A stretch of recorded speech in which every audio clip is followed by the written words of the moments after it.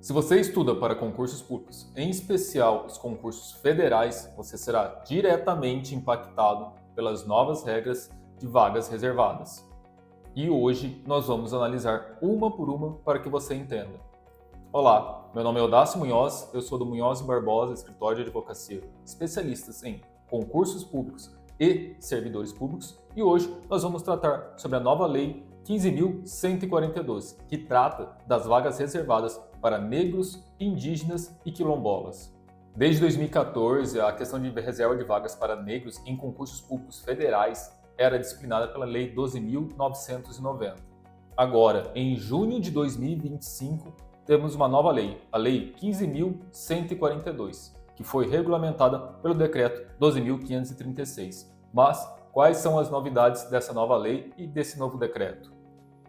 Primeiro, a gente teve uma ampliação no percentual de vagas reservadas. A Lei 12.990 previa 20% de vagas reservadas para pessoas negras. Agora, a nova lei prevê uma reserva de vagas no percentual de 30%. Além de ter ampliado esse percentual, ela incluiu novos beneficiários. A antiga lei fazia menção apenas a pessoas negras, enquanto a nova lei prevê 25% de reserva de vagas para pessoas negras, enquadrando-se aqui pessoas pretas e pardas, 3% para indígenas e 2% para quilombolas. Então a gente teve uma ampliação no número de vagas reservadas. E ainda continua em uma lei específica a reserva de 5% para vagas de PCD. E qual que é a abrangência dessa nova lei? Ela vai se explicar a administração pública federal direta e indireta, ou seja, autarquias e fundações públicas, empresas públicas, sociedade de economia mista, controladas pela União, pela administração pública federal direta. Tá, mas que órgãos, que concursos que isso aí vai ser abrangido? Bom, Poder Legislativo Federal, Executivo Federal, Judiciário Federal, agências como a ANAC, a Anatel, a Ancine, a ANEEL, conselhos federais, o CREA, o CAL, o CFA, institutos como IBAMA, INCRA, IPEA, as universidades federais, o Bacen, a CVM, o FNDE e, muito importante, o CNU. E essa lei se aplica somente aos editais publicados após ela. E aqui a gente tem até uma discussão, porque a lei foi publicada em 4 de junho de 2025, enquanto o decreto que a regulamentou foi publicado em 27 de junho de 2025. Ambos referem que ele só vai se aplicar após a publicação, aos editais publicados após a publicação dessa lei ou desse decreto, não definindo exatamente de qual. Então a gente tem um limbo ali entre 4/6 e 27/6 se aplicaria ou não, porque foi o decreto que disciplinou como seria distribuída a reserva de vagas. A lei previu somente o percentual de 30%, enquanto o decreto definiu como seria dividido entre negros, quilombolas e indígenas. Mas uma coisa que nós temos certeza é que ela vai se valer para o novo CNU, o Concurso Nacional da União, Concurso Público Nacional Unificado, de 2025. Então, esteja ciente, você que está se preparando para esse concurso, que vão aplicar essas novas regras. Por isso, é tão importante você compreender elas para não sair prejudicado e para entender as novas estratégias que você pode adotar como concurseiro com base nessa nova legislação. Tá, e quais são os tipos de seleção contemplados? Basicamente, concursos públicos para os cargos efetivos, concurso público para empregos públicos, ou seja, a administração indireta, e os processos seletivos simplificados. Essa é uma grande questão. Às vezes as pessoas têm dúvidas se aplica aos processos seletivos. Sim, se aplica normalmente. O critério de aplicação dessa reserva de vagas. Ela vai se aplicar quando houver 2 ou mais vagas previstas no edital ou abertas durante o decorrer do concurso público. Isso é uma dúvida que surge constantemente. Às vezes o edital prevê uma vaga ou prevê cadastro de reserva e há essa dúvida se aplicaria essa reserva de vagas nesse edital. Sim, porque não vale somente para as vagas que estavam previstas no edital, mas para todas que forem abertas durante a vigência daquele concurso público. As regras de arredondamento para encontrar esse número de vagas reservadas continuam as mesmas anteriores, ou seja, se o percentual for igual ou superior a 0,5, ele arredonda para cima, se ele for inferior a 0,5, ele arredonda para baixo. Isso a gente já encontrava na lei anterior, já era de praxe nos concursos. Agora uma novidade, a regra para múltiplas cotas. O candidato ele pode se inscrever em mais de uma cota. Se a pessoa se caracteriza tanto como quilombola quanto negro, ele pode se inscrever para ambas as cotas. Mas aqui a gente vai tratar posteriormente uma estratégia que o candidato tem que adotar nesse sentido. Ou seja, o candidato negro quilombola ele está classificado para ambas as cotas. Só que, como nós vamos ver, ele vai ser colocado na cota de maior percentual. Nós já vamos ver isso. Concorrência simultânea, isso já era de praxe nos concursos. O candidato ele concorre tanto na lista reservada quanto na lista de ampla concorrência. Ou seja, se ele tiver nota para ser aprovado pela lista de ampla concorrência, se classificar em uma posição melhor do que na lista reservada, ele vai continuar pela lista de ampla concorrência, não tomando aquela vaga da lista reservada. E tem uma novidade. Há um intuito da lei e do decreto em preservar essas vagas reservadas. Então, tem um sistema de reversão de vagas. Se não houver candidato suficiente em uma vaga em uma lista reservada, aquele percentual daquela lista vai para outro percentual daquela outra lista reservada. Como assim?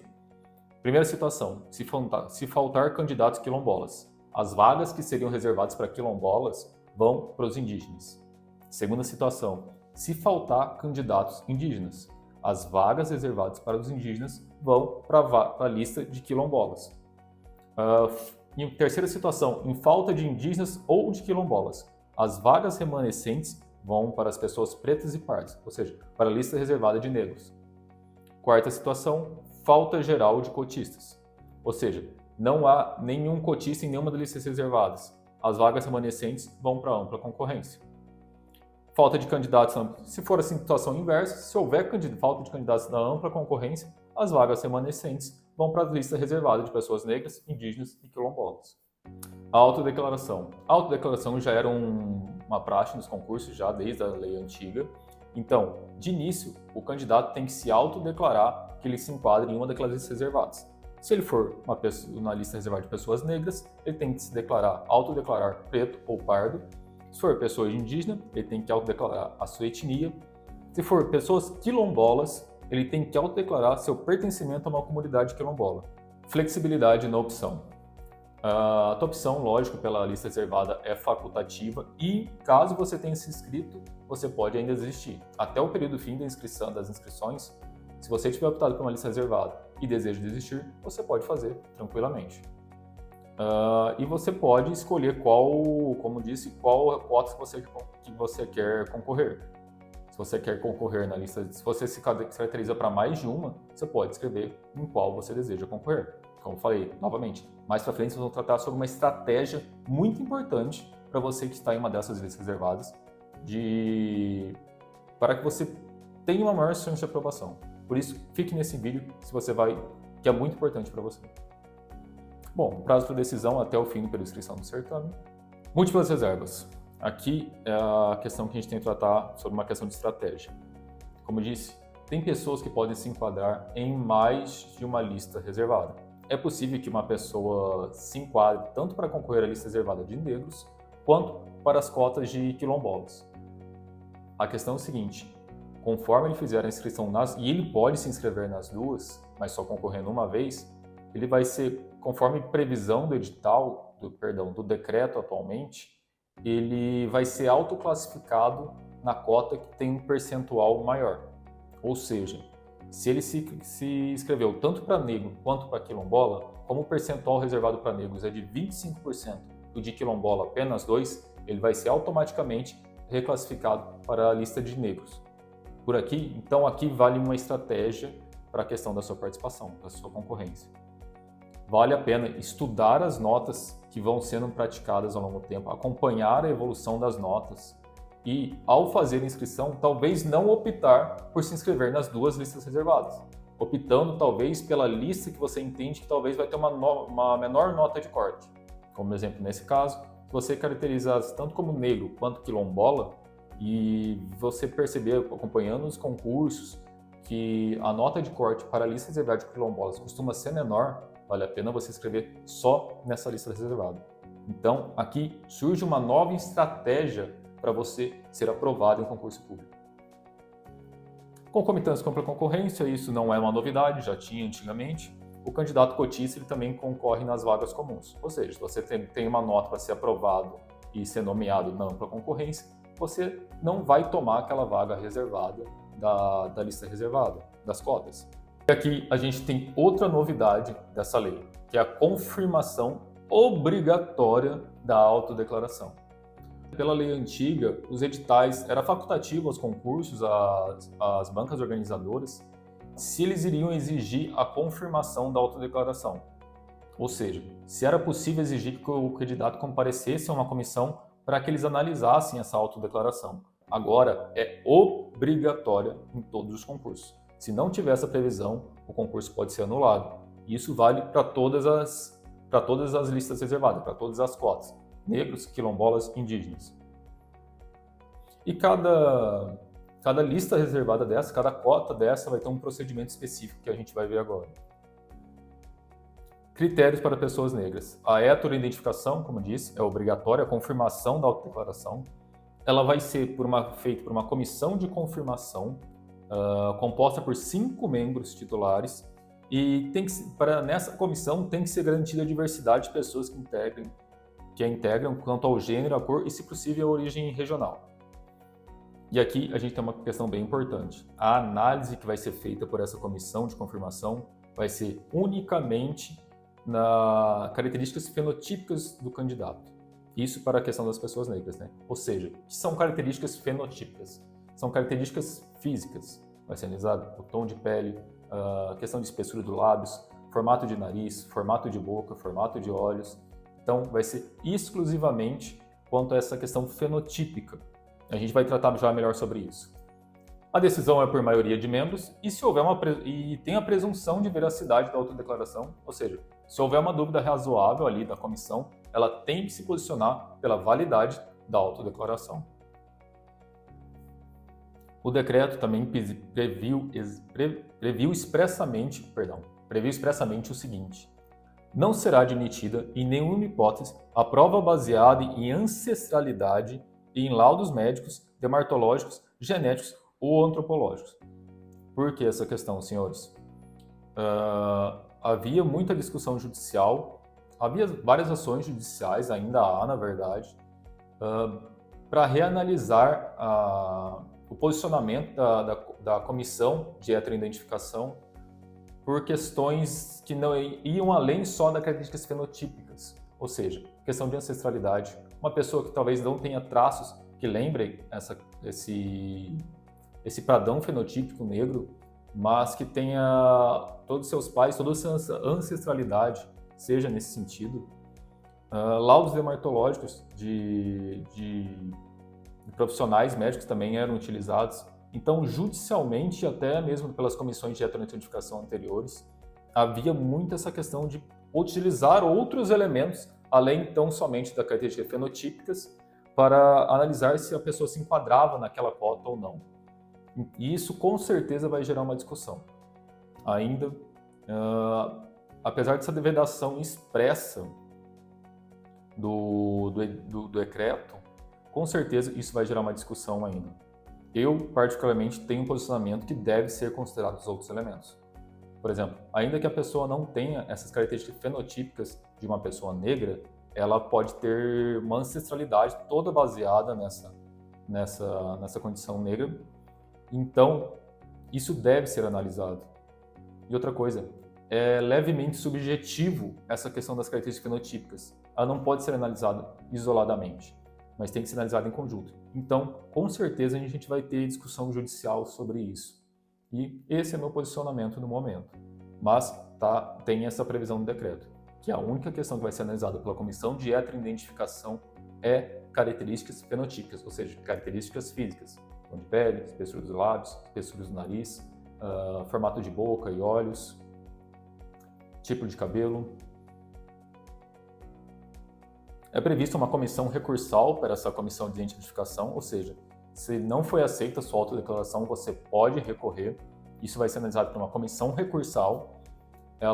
Essa comissão recursal tem que ter uma previsão obrigatória nos editais, ou seja, se o edital não prevê a comissão recursal para a questão da autodeclaração da pessoa negra, o edital é nulo. Ela vai ser composta por 3 membros que são distintos daquela comissão anterior, da comissão de confirmação. E aqui ela tem uma questão muito importante, muito que você deve observar, porque é uma questão estratégica. A autodeclaração ela deverá prevalecer se ambas as decisões das comissões forem não unânimes. Isso vai gerar uma situação que a tua autodeclaração pode prevalecer ainda que a decisão das 2 comissões sejam contrárias. Ou seja, ainda que a decisão da comissão de confirmação seja contrária, mas ela não foi por unânime, ela foi só por maioria, e a da comissão recursal não foi unânime, também seja contrária à sua autodeclaração, mas não foi unânime, foi apenas por maioria, entende-se que há uma dúvida razoável ali. Então, a autodeclaração pode prevalecer. Pode não, deve prevalecer. Então, a gente tem essa situação que mesmo que os posicionamentos das ambas as comissões sejam negativas pela autodeclaração, a sua autodeclaração ainda pode prevalecer.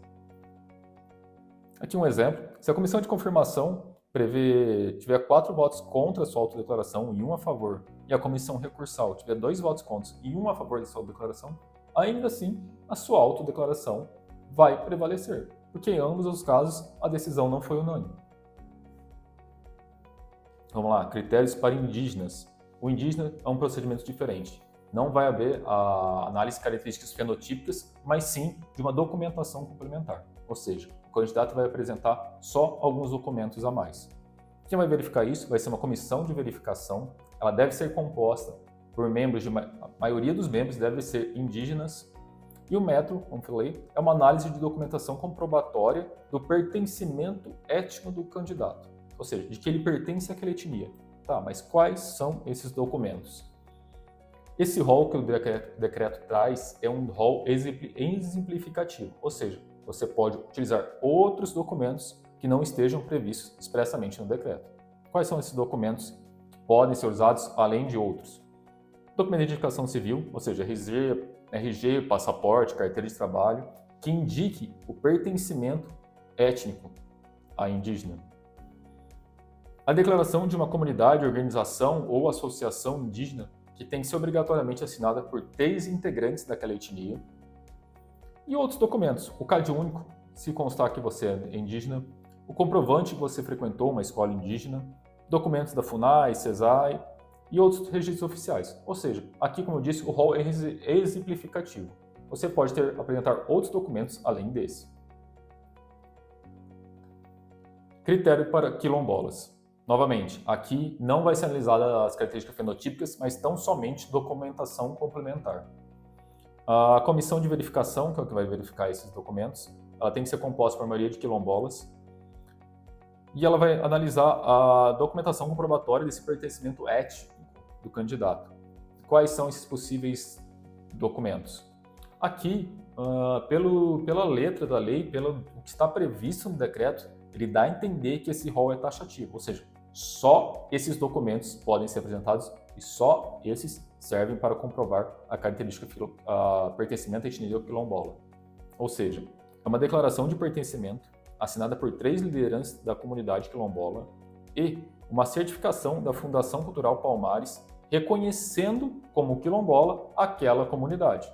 Ou seja, os integrantes daquela comunidade fazem uma declaração, as lideranças daquela comunidade fazem uma declaração de que você pertence àquela comunidade quilombola e uma certidão da Fundação Palmares certificando que aquela comunidade realmente é uma comunidade quilombola. E aqui a gente tem uma questão que com certeza vai gerar discussão. Não há previsão de comissão recursal para indígenas e quilombolas. Como a gente viu, para os candidatos negros, há uma comissão recursal caso a autodeclaração deles não seja aceita pela comissão de confirmação. Para quilombolas e indígenas, não tem essa comissão recursal.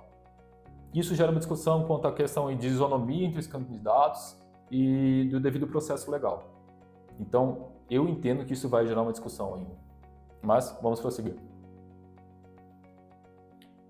Consequência de deferimento, ou seja, se a sua autodeclaração, passado todos os ritos, ela realmente não for aceita. Regra geral, o candidato continua prestando concurso pela lista de ampla concorrência. Ele continua no concurso, não perde ele, mas ele vai concorrer na lista geral. Exceção: se houver indícios de fraude ou má-fé, tem que ser obrigatoriamente instaurado um processo administrativo para apurar. Se nesse processo administrativo for comprovada a fraude ou a má-fé do candidato, ele vai ser eliminado do concurso e, se ele já tiver sido nomeado servidor, vai ser anulada a sua admissão, além de outras sanções que podem ser cabíveis. Ou seja, é uma questão muito séria aqui. Regra geral: se a sua autodeclaração não for aceita, você deve continuar no concurso público. Exceção: há indício de fraude ou má-fé, tem que ser instaurado no processo administrativo, onde vai ser garantido o contraditório e a ampla defesa. E, após isso, se realmente for comprovado a má-fé ou a fraude do candidato, ele vai ser eliminado do concurso, ou, caso ele já tenha sido nomeado, vai ser anulada a sua admissão no serviço público. Regras de classificação e nomeação. Como a gente viu, vão ter duas listas, uma das vagas reservadas e outra da ampla concorrência, a lista geral. O cotista, ele concorre nas duas. Isso já não é novidade nos concursos, ou seja, você concorre na sua lista reservada. No entanto, se você tiver uma nota para passar, para ser nomeado naquela de ampla concorrência, para ser aprovado nela, você vai para a lista de ampla concorrência, liberando aquela vaga que você estaria pegando da lista reservada, da lista de cotas. Ou seja, é uma priorização prioritária para a lista geral. Múltiplas reservas, aquela questão que nós já tratamos, que geram, mas que você deve considerar para a sua estratégia de inscrição. Se você se inscrever em mais de uma cota, em mais de uma lista reservada, você vai ser automaticamente alocado na que tiver maior percentual. Ou seja, se você se inscrever para negro e quilombola, você vai ser automaticamente reclassificado para a lista de negros. Por isso, vale aqui uma estratégia de inscrição. Se vale a pena você se autodeclarar em mais de uma cota. Talvez não vale a pena. Vai depender da nota de corte para que está sendo média usual em cada lista reservada.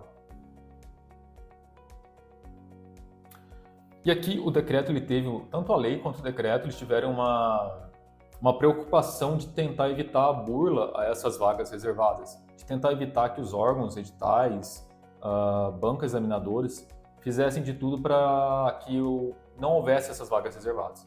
Então, é proibido dividir as vagas em editais separados. Por exemplo, uma agência ou um conselho federal lançando diversos editais seguidos de concursos públicos para evitar a questão das cotas, para tentar fugir dela. Então ele tem esse objetivo de evitar essa burla e somente é possível quando o método educativo formal é fundamentado. A lei já prevê uma revisão. A revisão do Programa de Ações Afirmativas, prevista pela Lei 15.052, vai ser a cada 10 anos, enquanto o decreto ele previu uma revisão dos procedimentos de confirmação. Esse que nós vimos, ele vai ser revisto a cada 2 anos. Aqui um comparativo entre a lei antiga e a nova lei. A lei anterior ela previa um percentual de reserva de vagas de 20%, enquanto a nova lei, como nós vimos, um percentual de 30%. A lei anterior previa só como beneficiários negros. Atualmente, a nova lei prevê tanto negros quanto indígenas e quilombolas. A aplicação mínima da lei anterior era quando houvesse 3 vagas, enquanto que na nova lei ela vai se aplicar quando houver 2 vagas. Lembrando, como nós falamos, essas 2 vagas não necessariamente são as que são previstas no edital, mas sim as que são abertas naquele concurso público durante a vigência dele. Ou seja, pode ser que o edital preveja só uma vaga, mas durante o concurso são nomeadas 10, 15, 20 pessoas. Então, tem que ser considerado essas 10, 15, 20 vagas para fins de incidência da lei. A confirmação de autodeclaração era facultativa, os editais podiam prever ou não essa confirmação de autodeclaração e a comissão, caso houvesse indícios, podia chamar ou não o candidato para isso. Agora é obrigatória para todos os candidatos que pretendem concorrer a uma lista reservada. Bom, não havia previsão para indígenas e quilombolas da lei anterior e agora há a previsão com percentuais específicos. Lembrando que, pessoal, as vagas reservadas para PCD continuam. Elas possuem uma previsão específica para concursos federais, na base de 5%, e elas continuam, não são afetadas por essa nova lei. Tá, e o que vai alterar essa prática para você que é concurseiro? O que vai alterar na prática para você? Como a gente rebateu várias vezes, você tem que ter uma estratégia de escolha da cota quando você se enquadrar em mais de uma. talvez não valha a pena você se inscrever em duas, porque como a gente viu, você vai ser automaticamente reclassificado para que tiver a maior percentual. Então, vale a pena ver isso. Houve uma diminuição no número de vagas para ampla concorrência, ou seja, antigamente nós tínhamos 20 vagas reservadas para pessoas negras, mais 5 para PCD, ou seja, sobravam 75% de vagas para ampla concorrência. Agora, nós temos 30 vagas para negros, indígenas e quilombolas, mais 5 para PCD, ou seja, sobram 65% para ampla concorrência. Então, a gente vai ver possivelmente um aumento da nota de corte, um aumento da nota necessária para aprovação na ampla concorrência. Análise judicial. O judiciário permanece podendo reanalisar casos de ilegalidade ou irrazoabilidade nos concursos. Ou seja, é possível, em uma situação de injustiça, de ilegalidade praticada pelas comissões de heterodificação, por exemplo, você buscar judicialmente a reanálise disso. Novamente, decisões administrativas podem ser reanalisadas pelo Poder Judiciário em caso específico, como nós vemos atualmente. Bom, pessoal, essa foi nossa apresentação, nossa exposição sobre a nova lei da reserva de votas e sobre o decreto. É bem importante que você esteja a par de todas as questões. Se tiver alguma dúvida, nosso escritório está à disposição. Você encontra os links para contato na descrição desse vídeo.